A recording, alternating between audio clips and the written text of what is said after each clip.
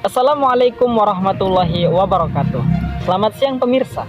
Berjumpa lagi dengan saya Ahmad Kori dengan NIM 211330041. Pada kesempatan kali ini saya akan menyampaikan informasi seputar mata kuliah Teknik Reportase dan Investigasi Berita yang telah dilaksanakan pada pertemuan tanggal 4 September 2023. Dan berikut ini adalah informasinya.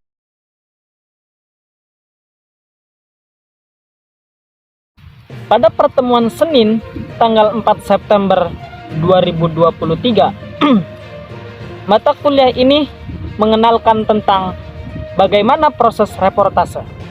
Reportase sendiri adalah proses pengumpulan data untuk membuat karya jurnalistik, baik elektronik maupun non-elektronik.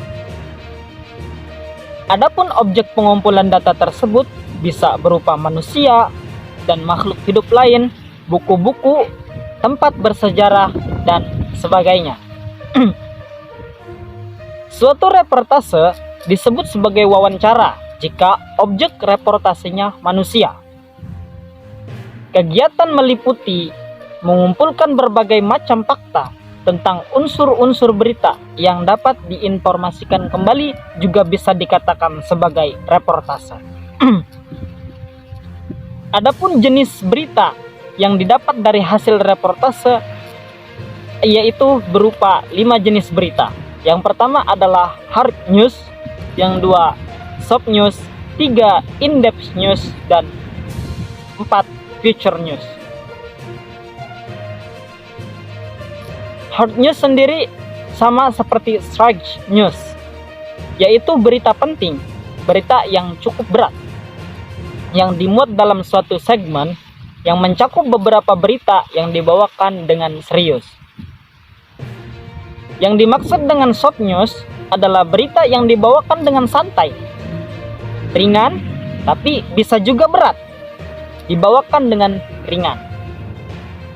In-depth news adalah berita yang imbang, berdasarkan fakta dan data yang ada. Rata-rata in-depth news bertemakan dengan tokoh publik ataupun artis-artis terkenal yang lain. Kemudian berita yang terakhir adalah future news. Future news adalah berita pelengkap berupa hiburan, storytelling, dan lain-lain. Nilai-nilai berita yang dapat diliput meliputi magnitude atau bisa berbobot besar, mempunyai kekuatan berita yang besar, yang mempunyai dampak besar dengan masyarakat. Nilai-nilai berita yang kedua yaitu proximity, yaitu kedekatan berita dengan masyarakat. Bagaimana berita tersebut bisa menjadi dekat dengan masyarakat. Kemudian nilai berita selanjutnya adalah aktual, yaitu jelasnya berita atau berita terbaru, kejelasan dan validasi berita dengan akurat. Nilai-nilai berita yang selanjutnya adalah impact.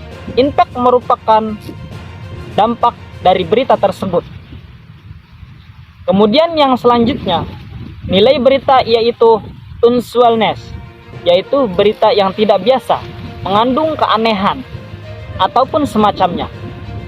Nilai berita selanjutnya adalah human interest, atau ketertarikan hubungan dengan masyarakat, yang mana berita ini dapat menimbulkan kepekaan sesama manusia. Nilai berita selanjutnya yaitu konflik. Konflik adalah pertentangan dan perdebatan. Selanjutnya surprising, yaitu berita yang dapat mengejutkan masyarakat.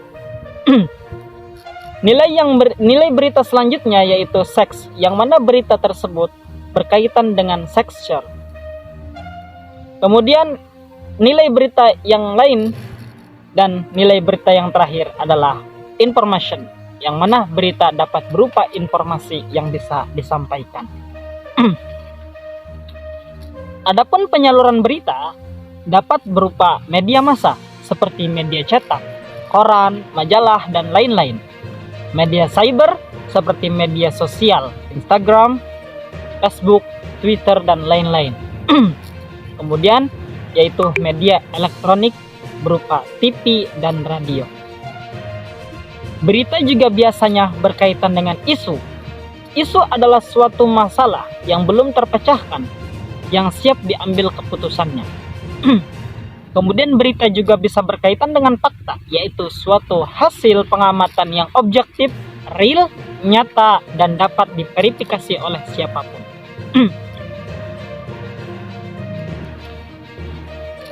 Tahap reportase meliputi 3, yaitu praproduksi, reproduksi, dan pasca produksi. Produksi meliputi riset. Riset seperti mengumpulkan dokumen-dokumen berita, wawancara, foto, dan penulisan. Produksi adalah proses pembuatan berita sebelum disalurkan ke media massa. Sedangkan pasca produksi adalah pasca editing. Pasca yang mengharuskan berita tersebut berita yang bisa dinikmati oleh seluruh masyarakat. Adapun proses riset meliputi wawancara juga, yang mana wawancara bisa dibagi menjadi beberapa bagian, yaitu wawancara tertutup, wawancara terbuka, wawancara konferensi, wawancara kelompok, wawancara individual, wawancara terpimpin, dan wawancara bebas. Adapun teknik wawancara bisa pelafalan, bagaimana volume dan tempo, jeda, serta intonasi. Sedangkan membuat atau menulis berita itu bisa menggunakan unsur 5W plus 1H. Dan itu dia informasi yang hanya bisa saya sampaikan sesuai dengan materi yang telah disampaikan pada pertemuan Senin tanggal 4 September 2023. Semoga informasi tersebut dapat memberi manfaat kepada seluruh pendengar yang lainnya. Terima kasih, saya Ahmad Qori pamit undur diri. Wassalamualaikum warahmatullahi wabarakatuh.